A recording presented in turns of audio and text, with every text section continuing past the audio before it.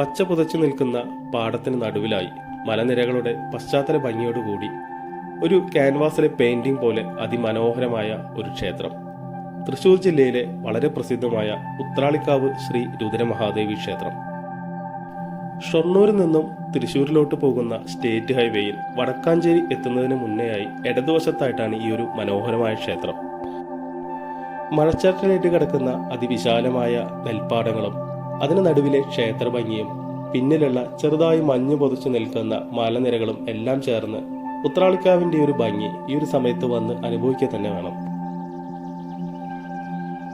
ആദിപരാശക്തിയുടെ ഉഗ്രഭാവമായ രുദ്രമഹാകാളിയാണ് ക്ഷേത്രത്തിലെ പ്രധാന പ്രതിഷ്ഠ. ഈ ക്ഷേത്രം ഐതിഹ്യ പെരുമ കൊണ്ടും ഉത്സവം കൊണ്ടും ഉത്സവത്തിലെ വെടിക്കെട്ട് കൊണ്ടുമെല്ലാം വളരെ പ്രസിദ്ധമാണ്. ക്ഷേത്രത്തിനും പാടങ്ങൾക്കും പിറകുവശത്തായുള്ള റെയിൽപാളത്തിലൂടെ ഇടയ്ക്കിടെ കടന്നുപോകുന്ന ട്രെയിൻ കാഴ്ചകൾ അതിമനോഹരമാണ്. വിശാലമായ നെൽപ്പാടത്തിന് നടുവിലൂടെയുള്ള പല പാടവരമ്പുകളിലൂടെയും ആളുകൾ ക്ഷേത്ര ദർശനത്തിനായി നടന്നു വരുന്നത് കാണാം.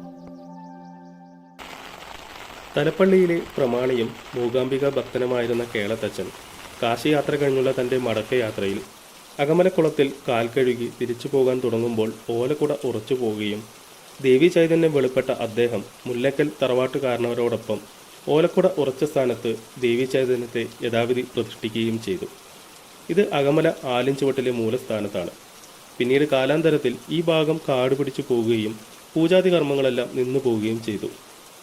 കാലാന്തരത്തിൽ ഈ പ്രദേശത്ത് പുല്ലരിയാൻ വന്ന ഉത്രാളി എന്ന സ്ത്രീ പൂവമരത്തിന് സമീപത്തുള്ള ശിലയിൽ തന്റെ അരിവാളിന് മൂർച്ച കൂട്ടിയപ്പോൾ ശിലയിൽ നിന്നും രക്തം വരികയും ദേവി ചൈതന്യം വെളിപ്പെടുകയും ചെയ്തു. അതിനുശേഷം ദേവവിധിപ്രകാരം വനദുർഗാ സങ്കല്പത്തിലുള്ള ശ്രീ രുദ്രമഹാകാളിയെ പൂവമരത്തിന് ചുവട്ടിൽ പ്രതിഷ്ഠിച്ചു. പ്രധാന പ്രതിഷ്ഠ രുദ്രമഹാകാളിയാണ്. മറ്റു ഉപദേവ പ്രതിഷ്ഠകളൊന്നും ക്ഷേത്രത്തിലില്ല. ക്ഷേത്രത്തിന് പുറത്ത് ഇടതുവശത്തായി ഭൂതഗണങ്ങളുടെ ഒരു സ്ഥാനം കാണാം. ക്ഷേത്രത്തിന് പുറത്ത് വലതുഭാഗത്തായി നാഗപ്രതിഷ്ഠയും ഉണ്ട്.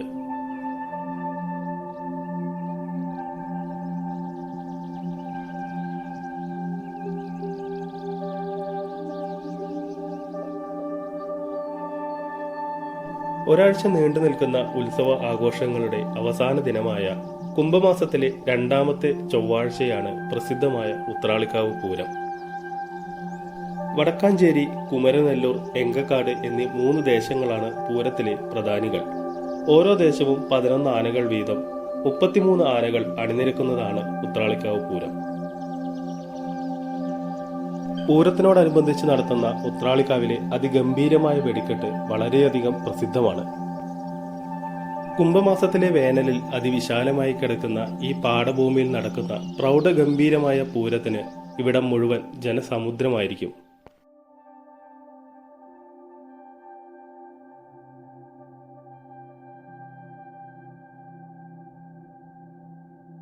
ഉത്രാളിക്കാവിലെ പ്രശാന്തമായ ആത്മീയ അന്തരീക്ഷവും മനോഹരമായ ക്ഷേത്രഭംഗിയും ഇവിടെ വന്നു തന്നെ അനുഭവിച്ചറിയേണ്ടതാണ്.